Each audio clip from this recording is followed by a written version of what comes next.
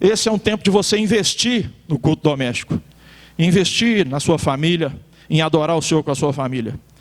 Eu, como pastor, sempre ouvi como a maior desculpa nossa, em todos os aspectos, para fazer alguma coisa, para adorar o Senhor, a desculpa sempre foi o tempo.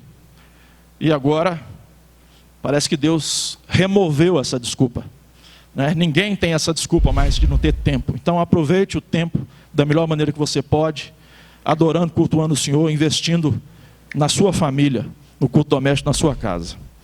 Eu queria te convidar para abrir a sua Bíblia. Vamos passar para a mensagem da palavra de Deus. Queria te convidar a abrir a sua Bíblia.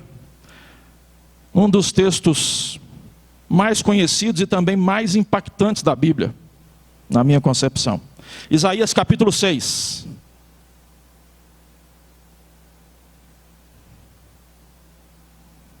Nós vamos ler os primeiros versículos.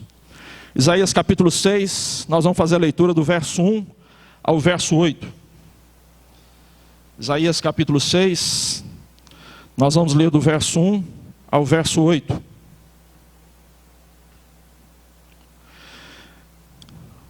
Fique à vontade para me acompanhar na leitura. Ou se você quiser apenas... Se você quiser ler junto, apenas me acompanhar. Isaías capítulo 6, a palavra do Senhor diz assim, do verso 1 ao verso 8. No ano da morte do rei Uzias, eu vi o Senhor assentado sobre um alto e sublime trono, e as abas das suas vestes enchiam o templo. Serafins estavam por cima dele, cada um tinha 6 asas, com 2 cobriu o rosto, com 2 cobriu os seus pés, e com 2 voava. E clamavam uns para os outros, dizendo: Santo, Santo, Santo é o Senhor dos exércitos, toda a terra está cheia da sua glória. As bases do limiar se moveram à voz do que clamava, e a casa se encheu de fumaça. Então eu disse: ai de mim, estou perdido, porque sou homem de lábios impuros, e habito no meio de um povo de impuros lábios, e os meus olhos viram o Rei, o Senhor dos exércitos. Então um dos serafins voou para mim, trazendo na mão uma brasa viva que tirara do altar, com uma tenaz. Com a brasa tocou a minha boca e disse: eis que ela tocou os teus lábios. A tua iniquidade foi tirada, e perdoado o teu pecado. Depois disto, ouvi a voz do Senhor, que dizia: a quem enviarei? E quem há de ir por nós? Disse eu: eis-me aqui, envia-me a mim. Queria te convidar para mais um momento de oração. Feche os seus olhos onde você está, vamos orar. Senhor, te louvamos mais uma vez, te adoramos, bendizemos o teu santo nome. Muito obrigado pelo privilégio que temos de poder adorar o Senhor nessa noite, cantar louvores ao teu nome. Mas, Senhor, privilégio grande podermos ter nas nossas mãos a tua palavra, podermos abrir a tua palavra, podermos ler a tua palavra, crendo que quando lemos é o Senhor que fala conosco. Agora, Deus, abre os nossos olhos para enxergarmos além da letra, abre os nossos ouvidos para ouvirmos a voz do teu Espírito. Fala conosco, e que eu seja apenas um instrumento nas tuas mãos, que essa palavra alcance muitos corações nessa noite. É a minha oração, em nome de Jesus, amém. O texto que nós acabamos de ler fala de um momento onde Judá está à beira do abismo. Era uma época de crise nacional. O grande monarca, o grande rei de Judá, a maior esperança nacional, o rei Uzias, está morto. A morte de um rei, em qualquer tempo, em qualquer nação, ela sempre gerou uma instabilidade política, e às vezes econômica, e em todos os aspectos, porque nunca se sabia ao certo quem subiria ao trono. Como que aquele que ia assumir o trono conduziria agora a nação? O país estava de luto, a crise instalada, incertezas em todas as áreas. Política, econômica e tudo mais que você pensar, social. Com a morte de Uzias, do rei Uzias, subiram ao poder reis que não levaram Deus a sério, que não fizeram o que era reto perante o Senhor. Reis como Acás e Manassés, que se voltaram para os ídolos e conduziram o povo à idolatria e à pobreza. Enquanto os governantes eram fiéis ao Senhor, Deus abençoava a nação. As mãos do Senhor estavam estendidas sobre Judá, e aquele povo era abençoado, e aquele povo era um povo próspero, por causa da bênção do Senhor, e a nação prosperava. Mas sempre que subia ao trono algum rei perverso, que não temia o Senhor, um homem mau, a nação toda sofria com o juízo de Deus. O momento era um momento de crise instalada. E a gente pode ver aqui nesse texto 3 personagens principais aqui permeiam o texto: um rei morto e embalsamado, um profeta apavorado, um Deus exaltado e entronizado. 3 personagens: um rei morto e embalsamado, um profeta apavorado, um Deus exaltado e entronizado. Nós podemos perceber que a profecia de Isaías é uma das mais impressionantes da Bíblia. Todo o livro de Isaías é um dos livros mais impactantes da Bíblia. Mas esse momento, capítulo 6, quando Deus dá essa visão a Isaías, é algo das coisas mais poderosas que nós temos na Bíblia. O que Isaías experimentou é muito especial. Ele vê o Senhor. No meio de uma crise instalada, ele consegue ter uma visão. Deus se revela no meio da crise. E eu queria falar, querido, nessa noite sobre a visão de Deus em tempo de crise.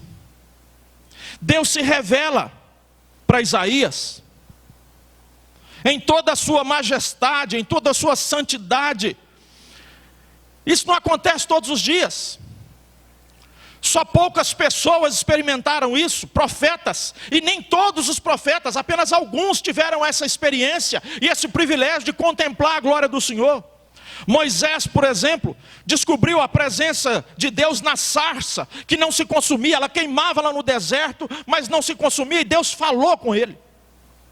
Elias teve um encontro com Deus, e ouviu uma brisa suave, e sabia que o Senhor se aproximava. Ezequiel teve uma outra experiência poderosa, ele viu o Senhor se aproximando numa tempestade. Homens especiais, escolhidos por Deus, e Isaías é um deles. Ele também recebe uma revelação especial, uma visão de Deus num tempo de crise. Enquanto ele estava no templo, e o que ele viu foi impressionante.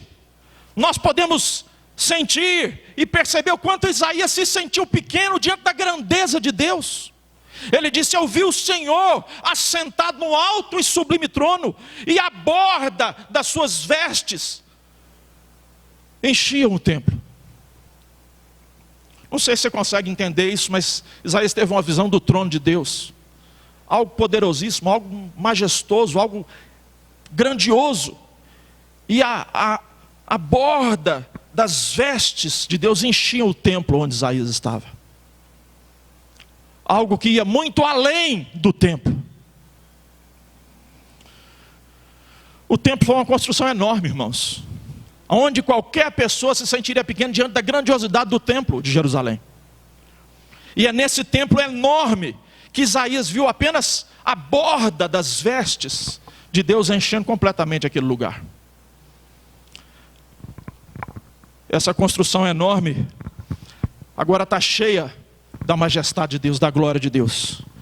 E o que Isaías viu foi só uma pequena parte dessa glória, dessa majestade de Deus. Isaías estava assustado. Ele teve um choque, ele foi impactado. E ele confessou diante daquele momento, ele confessou o seu pecado, ele reconheceu a sua pequenez. Isaías, nos capítulos anteriores, ele apontou e ele denunciou o pecado do povo. Uma nação em crise moral, crise política, crise social. E Isaías vai apontar e condenar o pecado do povo. Mas quando ele é confrontado com a santidade de Deus, ele reconhece o próprio pecado. E ele diz: ai de mim, estou perdido. Sou homem de lábios impuros, e habito no meio de um povo de impuros lábios, e os meus olhos viram o Rei. Eu queria falar com você nessa noite sobre uma visão de Deus em tempo de crise. Foi isso que Deus deu para Isaías. Crise moral no meio do povo de Deus, crise social, crise política, crise econômica. Tudo que nós estamos vivendo nesse momento. Em tempo de crise, querido, em primeiro lugar, em tempo de crise, o que você vê? Ou para onde você olha? Para a sepultura do rei que está morto? Ou para o trono de Deus? Em primeiro lugar, em tempo de crise, o que você vê? Para onde você olha? Para a sepultura? Ou para o trono da graça de Deus? Em momentos de profunda dificuldade, de crise instalada, para onde você vai olhar? Qual a direção do seu olhar? Para a crise ou para o trono da glória de Deus? O que você faz? Olha para a crise? Olha para os problemas? Olha para as circunstâncias? Nesses momentos de crise, querido, nós somos desafiados a viver e andar por fé. A palavra do Senhor diz: o meu justo viverá pela fé. Nós não andamos por vista, mas vivemos pela fé no nosso Deus. Precisamos saber, querido, que Deus está no trono. É de lá que vem o nosso socorro e a nossa esperança. O salmista vai dizer: eleva os olhos para os montes, vejo as ameaças, de onde me virá o socorro? E ele diz: o meu socorro vem do Senhor, que fez os céus e a terra. As nossas crises não apanham Deus de surpresa. As nossas crises não abalam o trono de Deus. Deus reina, o céu ainda governa a terra. Deus dirige a história com mão forte e poderosa. O povo de Deus precisa crer nisso. No momento de crise, nós precisamos olhar para o trono da glória de Deus. Nós não podemos ficar olhando para o noticiário. Tem gente apavorada porque está assistindo jornal demais. Está olhando muito para a crise. Olhe mais para o Senhor. Leia a sua Bíblia. Reúna a sua família. Faça culto na sua casa. Deixe a palavra de Deus encher o seu coração de esperança. Olhe para o trono da glória de Deus. As nossas crises nunca apanham Deus de surpresa. Essa é a grande mensagem do profeta Isaías. Essa é a grande mensagem do livro de Apocalipse. Deus está no trono. Não importam as crises, não importa a fúria do dragão, o ódio do anticristo, a sedução dos falsos profetas, os encantos da grande meretriz. Deus reina soberanamente. Ele está sentado no trono sublime de glória. Ele está no comando de todas as coisas. Ele tem nas mãos as rédeas e governa o universo. Não se desespere. Nenhum fio de cabelo da sua cabeça pode cair sem que Deus permita. Ele reina, Ele governa, Ele está sentado no trono. Em primeiro lugar, em tempo de crise, o que é que você vê? Para onde você olha? Para a crise? Para as circunstâncias? Ou para o trono da glória de Deus? Em segundo lugar, em tempo de crise, o que você vê? Para quem você olha? O cadáver do rei morto ou para Deus? Isaías primeiro vê o trono, depois ele vê quem está assentado no trono. Em segundo lugar, em tempo de crise, quem você vê? Para quem você olha? Para o cadáver do rei morto ou para Deus? Em momentos de crise instalada, para quem você olha? Para os homens extremamente limitados e impotentes? Nós estamos vendo os nossos governantes e as nossas autoridades batendo cabeça. Um manda trabalhar, o outro manda ficar em casa. Um fala para usar máscara, o outro fala para não usar máscara. outro fala para usar o gel, outro fala para não usar o gel. E aí nós estamos vendo os nossos governantes assim. Você vai olhar para quem? Você vai olhar para os homens limitados, impotentes, muitas vezes perdidos, como nós? Ou você vai olhar para o Deus Todo-Poderoso que pode todas as coisas? Deus continua sentado no trono. O trono continua ocupado. O trono continua ocupado. Deus continua no trono. As coisas aqui podem parecer que estão fora, e podem estar fora do nosso controle, mas o trono continua ocupado. Deus continua sentado nesse trono. De onde vem a sua esperança? Dos homens? Dos governantes? Dos políticos? Quem dirige a nossa história, querido, e os destinos da humanidade, não são os poderosos, mas o Todo-Poderoso. O destino da nossa vida não está na mão dos homens poderosos, mas do Deus que é todo-poderoso. Nós precisamos saber, e Isaías percebe, quando ele contempla agora a santidade de Deus, e ele vai dizer, ele é santo, santo, santo. Pastor, por que Isaías diz 3 vezes que Deus é santo? Quando a palavra de Deus diz santo, ela define Deus. Quando diz santo, santo, ela enfatiza a santidade de Deus. Mas quando ela diz santo, santo, santo, ela coloca essa santidade em grau superlativo. Deus é majestoso, Ele é glorioso, ninguém jamais pode ver a Deus, Ele habita em luz inacessível, Ele é santo, santo, santo. Santíssimo é o Senhor. A língua hebraica nós não temos o grau superlativo como a gente tem no português. Santo, santíssimo. Então, para se produzir o grau superlativo na língua hebraica, o que se usava era repetir a palavra. Isaías diz, Deus é santo, santo, santo. Ele está querendo dizer, Deus é santíssimo. Ele não se contamina. Ele não se contamina com o pecado humano. Muito pelo contrário. Quando o homem se aproxima de Deus, o homem é que é contaminado, se a gente pode dizer assim, pela santidade de Deus. Deus é santo e toda a terra está cheia da sua glória.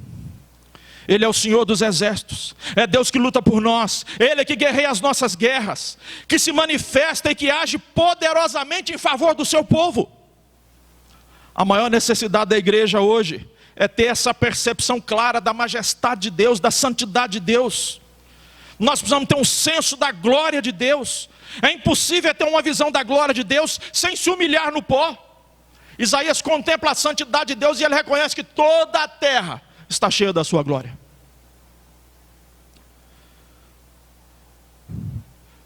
Quando nós nos aproximamos de Deus, percebemos a sua santidade, o nosso pecado fica patente.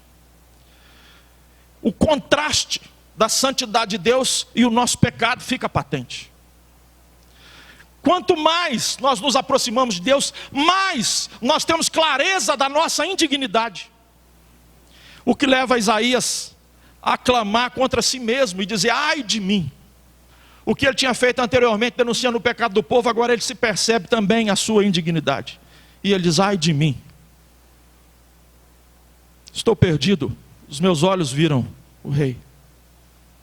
Sou homem de lábios impuros e habito no povo de impuros lábios. Isaías toma ali a figura dos lábios como representação de si todo, de si mesmo. Isaías se sente insignificante quando ele percebe que apenas a orla das vestes do Senhor enchiam completamente aquele lugar. Isaías percebe a sua pequenez, ele percebe que ele é muito pequeno diante de Deus. Esse sentimento se torna mais forte quando ele percebe os serafins, adoradores, seres angelicais que adoram a Deus com toda a reverência. Esses seres celestiais enormes estão em redor do trono e anunciam como um coral de homens a santidade de Deus, dizendo, santo, santo, santo é o Senhor dos exércitos. Em tempo de crise, primeiro lugar, o que você vê? Para onde você olha? Em segundo lugar, em tempo de crise, quem você vê? Para quem você olha? Se a sua esperança, querido, está nos nossos políticos, você vai ser acometido do que está acometendo tantas pessoas, tanto medo, tanto pavor. Mas se a sua esperança está no Senhor, nosso Deus, você pode aquietar o seu coração e experimentar a paz do Senhor na sua vida.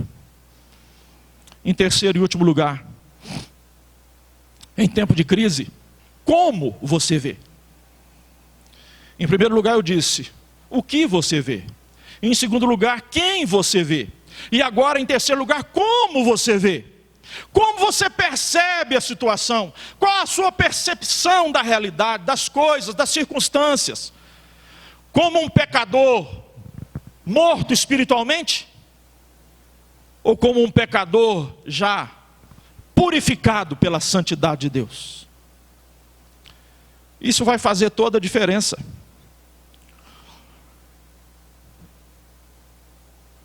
O profeta Isaías, no verso 5 ao 7, ele diz assim: então disse eu, ai de mim, estou perdido, porque sou homem de lábios impuros, habito no meio de um povo de impuros lábios, e os meus olhos viram o Rei, o Senhor dos Exércitos. Então dos serafins voou para mim, trazendo na mão uma brasa viva que tirara do altar com uma tenaz. Com a brasa tocou a minha boca e disse, eis que ela tocou os teus lábios, e a tua iniquidade foi tirada, e perdoado o teu pecado. Como você vê essa experiência com Deus, de ser purificado, de ser perdoado, ela muda completamente a nossa cosmovisão, ela muda completamente a nossa maneira de enxergar as coisas. Em momentos de crise instalada, como é que você percebe as coisas? Você consegue fazer uma leitura espiritual ou ainda só consegue ter uma percepção natural das coisas? A palavra do Senhor diz que o homem espiritual, que as coisas espirituais se discernem espiritualmente. Será que os seus olhos espirituais já foram abertos? Ou você só consegue ver ainda só apenas com seus olhos naturais, físicos? Quando nós experimentamos, quando nós somos alcançados com o perdão de Deus, isso vai modificar completamente a nossa forma de perceber as coisas. E aí nós passamos a ter discernimento espiritual. O perdão de Deus muda a nossa maneira de ver a nós mesmos. O perdão de Deus muda a nossa maneira de ver os outros. O perdão de Deus muda a nossa maneira de perceber a realidade à nossa volta. Precisamos ter uma visão do pecado que nos rodeia. Isaías disse, habito no meio de um povo de impuros lábios. Isaías se incomoda com o pecado do seu povo. Ele chora pelo pecado da nação. Ele geme de dores por causa da transgressão do seu povo. Ele não é um homem alienado espiritualmente. As feridas do seu povo estão doendo no seu coração, fazem diferença ou incomodam. Será que nós estamos entendendo o que Deus está falando? Entendido o que Deus está falando, que Deus está dando uma chacoalhada no mundo? O problema não é a igreja no Brasil. O problema não é a igreja evangélica brasileira. O problema é o mundo. Deus quis dar um choque no mundo. O mundo parou. Nós estamos fazendo tudo errado. E Deus quis dar uma parada em tudo. E querido, e às vezes nós estamos olhando aí, a gente vê falando assim, porque isso é juízo de Deus. Eu acho que ainda não. Eu acredito que ainda não. É uma maneira de Deus estar dando um puxão de orelha na gente. E quando eu estou falando da gente, no mundo. Na humanidade. Porque se Deus quisesse se manifestar com juízo, Ele não enviaria um vírus com a letalidade de 3%. Esse Covid-19, pesquisando, estudando, informações da Fundação Oswaldo Cruz, está lá, as pesquisas, dizendo que a letalidade dele ele se iguala à dengue. Ele está no mesmo nível da dengue. A diferença é que o contágio dele acontece de forma muito mais rápida. Mas a letalidade ele está no mesmo nível da dengue, por exemplo. Eu penso que se Deus quisesse enviar juízo, e eu estudei sobre algumas pandemias que houveram na história da humanidade, Deus, se quisesse enviar juízo, querido, ele enviaria um vírus tipo o ebola. O ebola tem a letalidade, a mortalidade de 90%. O ebola aconteceu no Congo, na África. A cada 100 pessoas que foram contaminadas, 90 morreram. Isso é juízo de Deus. Se Deus quisesse trazer juízo sobre a terra, enviaria uma pandemia de ebola. 90% de letalidade. Uma catástrofe. Deus está dando só um puxão de orelha na gente. Ainda há tempo da gente se arrepender dos nossos pecados. Ainda há tempo para a humanidade se voltar para o Senhor. Ainda há tempo para você que nunca teve tempo de Deus e agora está assistindo esse vídeo. Talvez ao vivo, e a gente sabe que muitas pessoas vão assistir depois. Talvez você nunca se interessou em ouvir uma pregação da palavra de Deus e você está assistindo esse vídeo, porque Deus resolveu dar uma parada em tudo. É porque Ele ainda tem planos para nós. É porque ainda há tempo. Ainda há tempo para o arrependimento. Ainda há tempo para se consertar com Deus. Precisamos ter uma visão da graça perdoadora de Deus. Não há perdão onde não há confissão. Não há perdão onde não há arrependimento. Muitos pregadores aí estão pregando uma conversão sem arrependimento pelos pecados. Não há salvação sem arrependimento. Não há conversão verdadeira sem arrependimento. A mensagem de João Batista foi: arrependei-vos e crede no Evangelho. A mensagem dos profetas foi: arrependei-vos e crede no Evangelho. A mensagem de Jesus foi: arrependei-vos e crede no Evangelho. A mensagem dos apóstolos foi: arrependei-vos e crede no Evangelho. A mensagem do Evangelho de Jesus é essa: arrependei-vos. Ainda há tempo. Se Deus está chamando você para o arrependimento, é porque ainda há tempo para você. O nosso Deus é Deus de perdão. Isaías, quando ele reconhece a sua indignidade, um anjo vem e toca com uma brasa viva do altar nos seus lábios, purificando, perdoando os seus pecados. Mas primeiro houve o reconhecimento da sua indignidade. Você precisa reconhecer que você precisa de Deus. Ainda há tempo para você. Deus pode vir hoje. A sua vida pode ser mudada. Você pode ser transformado. Você pode experimentar uma nova vida em Cristo Jesus. A palavra do Senhor diz que aqueles que estão em Cristo experimentam uma nova vida, se tornam agora nova criatura. Você pode ter uma nova mente transformada, um coração limpo, transformado pelo amor do Senhor Jesus. Deus pode te alcançar, perdoar o seu pecado e fazer de você uma nova criatura. Eu quero concluir. Se você puder, mais uma vez, acompanhar, eu quero ler o verso 8, para a gente poder concluir aqui, caminhando para a conclusão.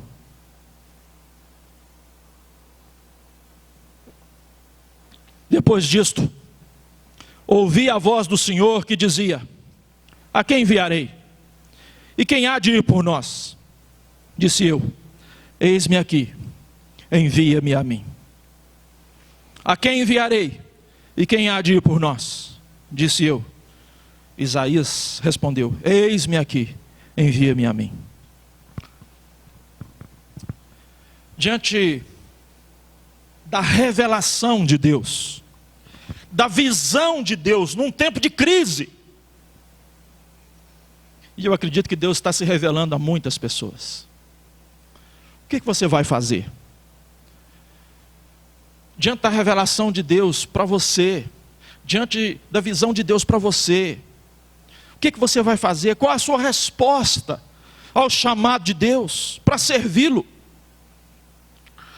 Isaías estava acovardado, amedrontado, mas agora, depois de ter essa visão, depois de ter uma experiência com Deus, agora a sua fé e a sua coragem são renovadas.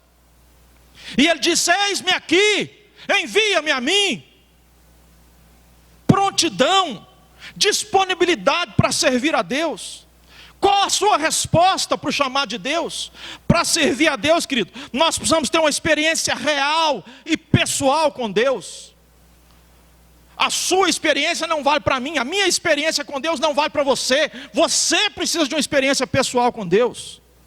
Precisamos ser impactados pela glória e pela santidade de Deus. E quando nós somos impactados com a glória e a santidade de Deus, nós reconhecemos o nosso pecado e a nossa indignidade. Precisamos reconhecer a nossa total indignidade diante de Deus. Precisamos entender, querido, que quando Deus nos chama para servi-lo, Ele não precisa de absolutamente nada vindo de nós. E se Ele não precisa de nada de nós, e Ele assim nos chama, nós precisamos entender que isso só pode ser um privilégio grande de servir ao Senhor que Ele está nos dando. Ainda há tempo. Ainda há tempo. O Deus que salva, querido, é o mesmo Deus que chama para o serviço. Deus não nos salvou para a gente viver uma vida sem sentido, sem significado maior. Mas Ele nos chama, Ele nos salva para servi-lo. Nós passamos agora a somos todos membros de um só corpo. Somos todos ramos da mesma videira. Somos todos ovelhas do mesmo pastoreio, do mesmo Senhor, do mesmo pastor. Nos tornamos todos ministros da reconciliação. Não feche os seus ouvidos para o que Deus está falando com você nesses dias. Não endureça o seu coração, e a palavra do Senhor diz: se hoje ouvides a minha voz, não endureçais o vosso coração. O campo de trabalho para a igreja é o mundo. Não chegue diante de Deus de mãos vazias. Deus salvou você. Deus salvou você, não foi apenas para levar você para o céu, mas para que você fosse um instrumento para alcançar outras vidas. Isaías se coloca nas mãos de Deus. O fogo começou a arder no seu peito. A brasa viva havia queimado e tocado os seus lábios. Ele se levantou, ele se dispôs, ele atendeu o chamado de Deus. E você? O que você vai fazer diante da revelação de Deus? Isaías denunciou o pecado, apontou com firmeza os desmandos do rei Acás, atacou a exploração dos pobres, denunciou a ganância insaciável dos ricos, interferiu nos pactos internacionais de Judá com o Egito, denunciou uma religião vazia, mecânica, do povo de Deus naquele momento. Se colocou nas mãos de Deus como um instrumento poderoso. Deus o levantou.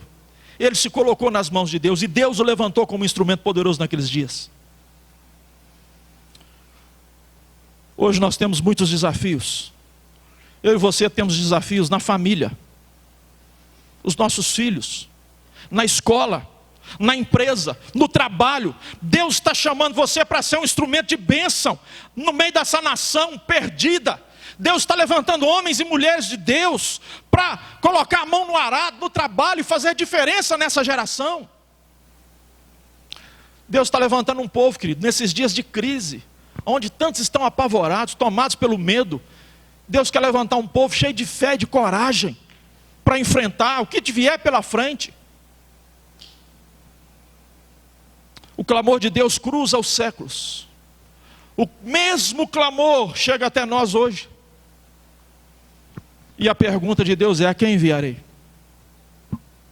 E quem há de ir por nós?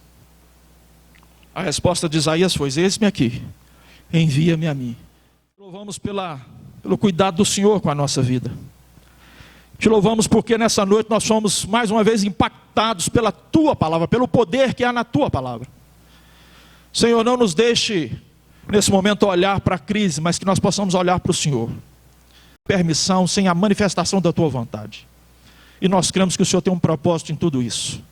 Agora, Senhor, usa desse momento para tocar em corações, vidas sejam alcançadas, vidas sejam salvas, vidas sejam purificadas, vidas sejam transformadas.